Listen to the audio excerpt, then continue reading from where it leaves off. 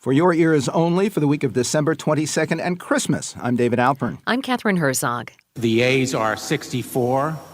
The nays are 36. They should have chosen Edward Snowden as the person of the year. What a week this has been to vindicate the act of conscience that he engaged in. First, a conservative federal judge saying that the NSA's sweeping domestic intelligence program violates the Constitution.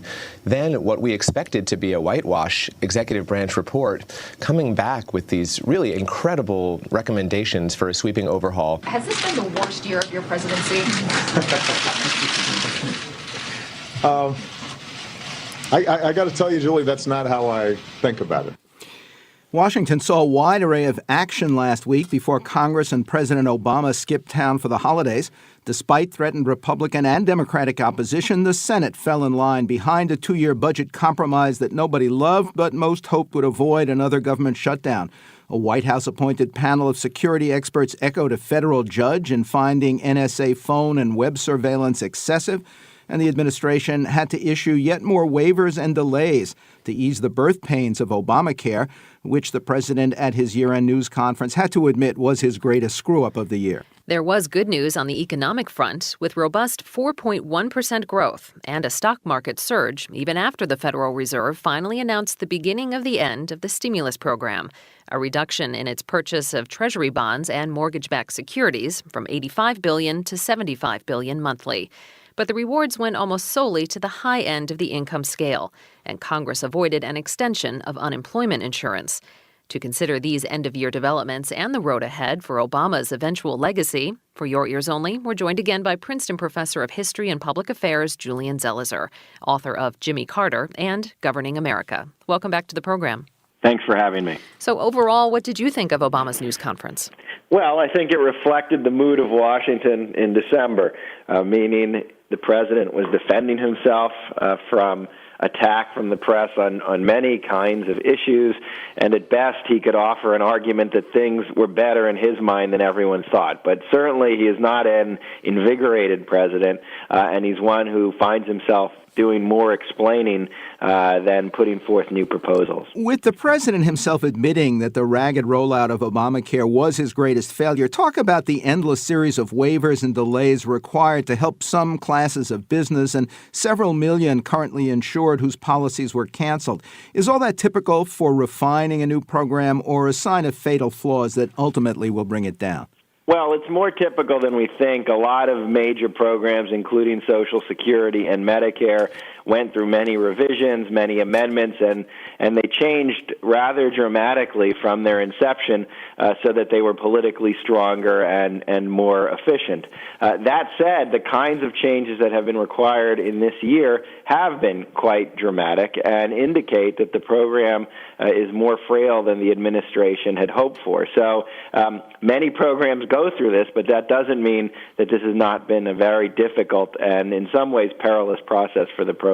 Republican critics early on conceded that many millions more Americans would become addicted to the new benefits of Obamacare if it was not defunded at the start. Can vast constituencies like that, plus insurers, hospitals, and big pharma, entrench such a complex program against continuing political attack and predictable delivery and security problems? Well, they can, and the more Americans who receive benefits, and not only receive benefits, but understand they are receiving benefits from a program, the more difficult it becomes to dismantle a program or even do significant damage. Again, Social Security in the early years was a relatively small program, has many kinds of problems and opponents, but what happened is as more Americans received the benefits and understood what Social Security was, by the 1950s, many Republicans had no interest in trying to take that on and focused on other issues. Moving to NSA surveillance, what did you make of the critical court decision and the recommendations of that expert panel, particularly leaving call records with the phone companies and putting an advocate for public privacy into the court that approves surveillance? They're pretty sweeping recommendations, and I think some of the changes in politics that we've seen surrounding the NSA have been a dramatic part of this year. Usually it's very hard to reform national security institutions. There's always the military-industrial or military-technological complex that has a very strong hold in the country.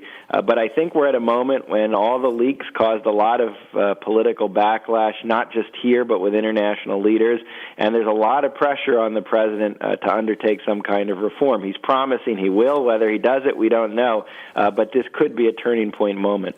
How do you see the prospects next year for an extension of unemployment insurance and immigration reform, maybe with legal status but not citizenship for longtime illegals, which many GOP leaders feel their party needs to support?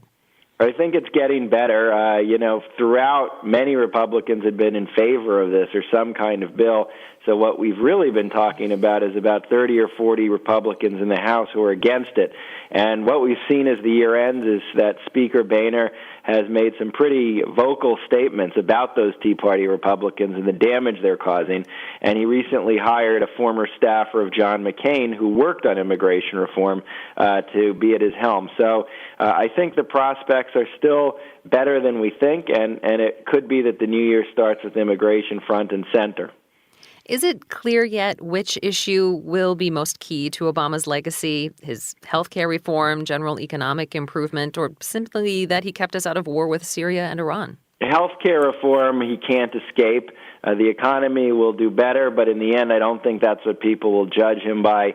It's just too complicated for many people to read back exactly how the economy recovered. But healthcare is his bill. It's his program.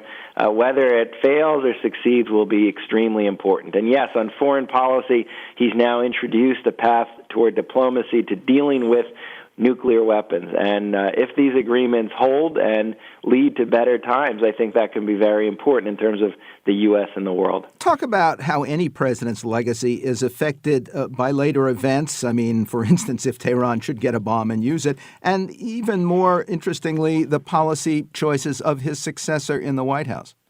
Presidential legacies are never something that's fixed, and they change constantly. They change as future events make us look back on what a president did differently. Iran is a perfect example where it really will depend not just on what happens in 4 or 5 years, but what the world looks like in 20 years. And this is also interpreted through the lens of the period we're looking back. So if it's a more conservative era, people might be much less favorable about what Obama did. But if the country moves in a liberal direction, they might look back to his presidency to understand the sources of their own interests and ideas. A president's legacy can also be reshaped by what we learn from his own archives, but will they be as revealing in the future as chief executives become more secretive and self-conscious?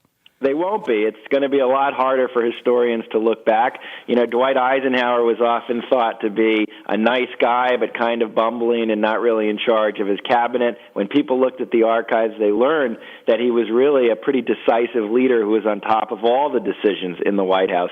Those kinds of records that lead us to that insight are going to be much harder in a day and age where presidents and their staff don't want to write anything down. Princeton professor of history and public affairs, Julian Zelizer. His books include Jimmy Carter and Governing America. Quote from the news, under the current law, many of them would have already served their time. That was President Obama on computing the lengthy sentences of 8 prisoners convicted years ago of crack cocaine offenses. Also last week, Russian President Vladimir Putin announced freedom for jailed oil tycoon and political rival Mikhail Khodorkovsky, 2 members of the protest rock group Pussy Riot, and 30 Greenpeace activists. Next, remaking the Mideast for your ears only.